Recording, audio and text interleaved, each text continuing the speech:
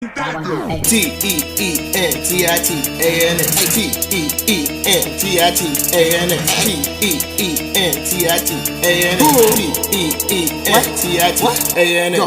Coming down from the ceiling, yo, team type. Good evening, Candies Bards. It's your friendly neighborhood black guy, and I'm here to tell you about Fortnite Save the World Early Access. Now, sorry about the smacking. Now, some people would speculate, hey, maybe I shouldn't get the early access because it's supposed to be free in 2018, but we don't know in 2018 when it's going to be free. So, I'm just going to give you some stuff of maybe that might persuade you to get it, and maybe it'll just be like, nah, I'll just wait for it still. But this is just my opinion, and I hope you enjoy the rest of the video. Okay, so one thing that we have going on, it's basically a mission-based mode. It's mission-based, but it has a somewhat storyline. Somewhat. I'm not going to say it's heavy story-based. You don't get awesome cinematics or anything. But it is mainly mission-based. It's like doing missions with your friend in Destiny, but Fortnite. So I think you understand that in that aspect. For most people who play team-based online games. That's basically what Save the World is. Sorry, my nose. So you basically go through doing missions, more like a tower defense style, with the building aspect, of course. And with the building aspect, it makes it that much more fun because you're building the tower and upgrading it and crap. Now, the whole thing with this is you're going to either be playing with randoms, like you would in Battle Royale, or you're going to play with the squad, like you do in Battle Royale. And it's all up to how you prefer to play. Now, that's basically what this whole thing is. It's basically mission-based. You go through, you do missions, and you progress throughout the little Fortnite mini story thing it has going on. But there are also special events you can do, loot llamas, and they implement the class system that they have in Fortnite with the ninjas, the soldiers, constructors, and the outlanders. Now, in Battle Royale, the only characters you play are the soldiers. So you won't ever see any of the other characters until you play the Save the World mode in early access. Which are, the ninjas, the outlanders, and the constructors. Which I thought was a good twist, because then, you can actually, if you have a team and everyone has a certain role they want to play, you can actually set that up that way. Usually most people just get a really good character and you run that character and try to use your little support bonuses that you get through the skill tree to and just beef that person so they can do most things that other characters can. So you can basically customize the character you like. So if you find a character you like but he's not like a role you want to play, you can try to get him to work with that role you want to play using the support bonuses you get. Now, you also save survivors and you're building a fort. You're going to do this quite a bit. I'm going to let you know that now. But then the missions can also change. So you may end up having to build a fort around something in one mission. Another mission, you may not have to build anything. You may end up just being timed and trying to do something in a certain amount of time limit. I find that aspect kind of fun. I prefer the time missions because, I like saving my materials. Because materials are important, just like they are in the PvP. Not as, they're actually a little more important than the PvP.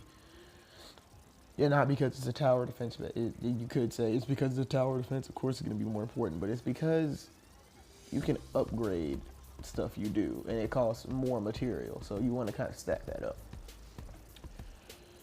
So, the gameplay is basically the same, but if you didn't know about the Combat Pro setting when you first start playing Fortnite, you're back to the, if you're on Xbox, button mashing Y to cycle through things. Or if you're on PlayStation, button mashing triangle. If you're on PC, you're perfectly fine if you're on PC, because you can still, the buttons are still mapped for you. So you're perfectly fine if you're on PC. But for everyone else who's playing on consoles, you have that one problem of a button mashing Y all over again. I've gotten used to it, but it sucks if you're playing Save the World and you try to go play a good old PvP match in some Battle Royale, and you're trying to remember that, oh yeah, I'm not button mashing Y anymore, so you're not constantly switching between your axe and your weapon. It's very bad. Same thing because it can go from your axe to your building at the same time. So if you hit Y and you're building because you're trying to go to the next thing, you end up back at the X and you gotta go through the whole process again. And you don't want to do that. So that would be one struggle that I myself go through. I don't know if anyone else goes through it. If anyone else has the PvE, aka Save the World, put it in the comments if you also have the struggle when you go from one to the other. All right. So yeah, that's the gameplay. It's literally basically it plays the same minus you fighting other people. You're working with 3 other people, and you're fighting basically Fortnite's equivalent to zombies, known as Husk. There are special zombies. It's kind of like cartoon Left 4 Dead to me, you know, to third person. So you get that feel because in Save the World you also get dual swords. You get swords and axes. You get melee weapons, which work well for melee weapon using characters. You know, characters have benefits to whatever they use. Like, in the shots you see, I'm using the character that relies on shooting from a distance, but I'm not using a sniper. The only sniper I have in that video is, how would you say, it's a sniper that runs on shotgun shells, and oh my god, is it amazing. Crafting things. So you're not really just going around looting and finding stuff, otherwise the game will be twice as hard. You can actually make your weapons, make the ammo. You don't just build bases, you can actually make weapons, ammo, and traps. So that's another good thing about that, because, you know, it's survival, but it's a good thing it's survival at the point where, like, you still need the material to make it. You don't just get free making of ammo and everything. You have to have the material needed to make that. But if you're now I wouldn't say a tryhard, yeah, if you like grinding games, this is one you can grind all that material and fill your backpack up and be disappointed when you find something and you want to pick it up but you can't. And so you start trying to kill some of your resources. That's the way I do it. It sucks. Don't do it that way. Don't do it that way, kids. If you get to Save the World, don't do it the way I do it. I make the game difficult. The community so far on Save the World is like kind of the same as in Fortnite, but the people are slightly nicer. You don't have, you know, tryhards yelling at you to do this if you're playing by yourself, which I end up usually doing because my friends are usually busy. You don't have like salty people. You don't have people getting mad salty. Because when you go down and Save the World, you have this thing, they have this ability where you basically go down 5 times and then you're basically completely dead. You go down 5 times, but you can wait for someone to revive you, or you can pick yourself back up. And it's your choice to pick yourself up where you are right now and take, well, either way your equipment's going to take damage, because your equipment can break. Your guns are not going to be forever. Your equipment can break after a certain amount of uses. Cool part is, you know, the RPGs and grenade using weapons, they have an unlimited amount of ammo, but they break super easy. So if you have one and you can build them, use them. I'm gonna say don't use them because they're good for like bad situations, but you know, just know you're most likely gonna get maximum, if you upgrade it all the way, probably 25-30 shots out of it. But it's radius blast, so you'll be fine. Now, the whole thing is you basically get to craft anything you need in the game. Basically, you're gonna craft anything you need. It's not gonna be too bad, you know. You're gonna be crafting, going hard. So you gotta get used to, like, I don't have to go look for ammo, but there are ammo boxes. You can search more things like plants. If you are actually looking at the video and listen to me talk at the same time, somehow you are a genius. You are blessed. But you can do that, and it'll basically let you search bushes.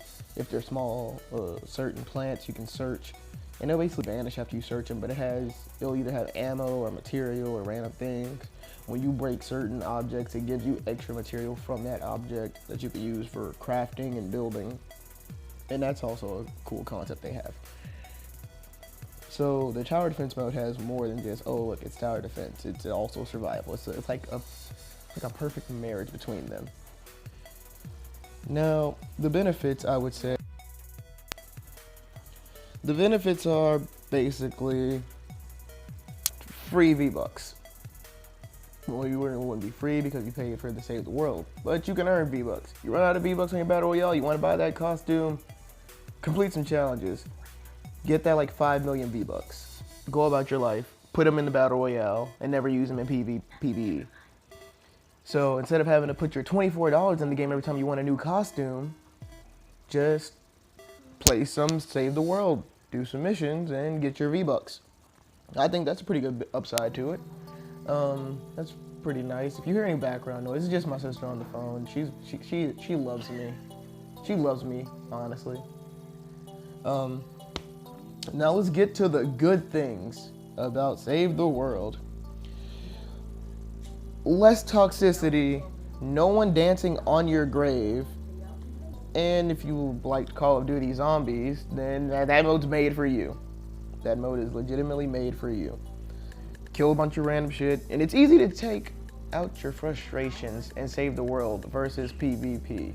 Because if you try to do that in PvP and you try to go on a rampage, you're guaranteed to get shot by a sniper from a mountain after he sees you go on that rampage.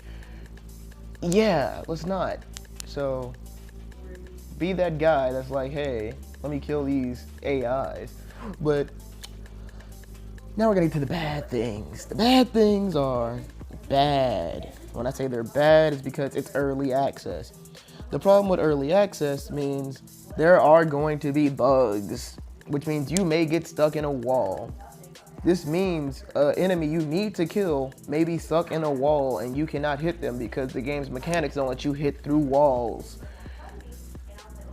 So these are the bad things, and that's only scraping the surface of the bad things. Other bad things is sometimes it's doing its best to match you with people in the same mission, but you know Fortnite servers, they can't be trusted completely. And Save the World servers are worse than the PvP servers. So you may end up doing a mission under level because you're trying to get that experience by yourself, failing that mission and not getting anything you harvested or earned because you didn't successfully beat the mission. So if you're doing like little side quests and you have to do a side quest, make sure if you're doing it and you want to leave a mission midway or you lag out or you just can't beat it, it doesn't say successful because all your progress will be gone. But other than that, the game's pretty decent for early access. For most early access games, you usually go through bugs like Assassin's Creed. Like I'm talking Assassin's Creed bug level for most early access games. It's just you falling through floors and crap. Like you don't want to fall through floors mid-game. Like it's just insta death. Like what are you gonna do with your life? You're like, I bought this buggy game and it sucks. So one more good thing I realized about this is that Save the World is kind of like PUBG in a sense, but PUBG does this for its Battle Royale. If you end up bouncing out of a game, you could jump back into that game at least. Like if your system crashed and you turn on Fortnite and it's like, hey, you want to continue where you left off? Yeah, you do that. So you can get those extra bonuses. So in conclusion, would Save the World be worth the money it is right now in early access, knowing it should be free 2018? Honestly, it'd be your preference. I say yes for the fact that, hey, look, I can earn 150 V-Bucks every day. Every day I can earn 150 V-Bucks. So if you're doing the Battle Pass, that's a whole tier. You can cheat the tier system every day by getting a free tier without ever touching PvP. That's my preference, but for you, you may not like that. So you may want to wait, but if you enjoy more survivalist, teamwork type play, PvE is a good buy. PvE is a good buy. You could buy it, enjoy it, and constantly enjoy it. It's not like you play a little bit and you get off. I do that because I got to switch systems to play on the other one. Yeah, that's about everything I had to say about the game. If you have any questions, put them in the comment section. And yeah, I'm basically done here. You can subscribe if you want. You don't need to. There will be links to social media and Twitch. If you're trying to find me on either one of them systems that you play, whether it be your Xbox or your PS4, it's the same name you see on the channel.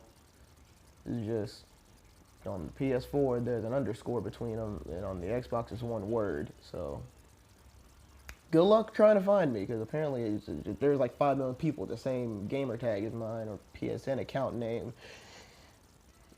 I don't even know how to feel. So this is Kandi Bar signing off with a whispering sister in the background. See you later. Yo, Kandi. What? You know, couldn't walk 1,000 miles in my shoes if you tried. Nope. Yo, let go. KB spit what? On that real shit. Yo, This the kill shit. Who? Wait, this the kill switch. Yo, This the kill switch. But niggas say chillin' when I hop up in this thing. I be chillin' like a chillin' like a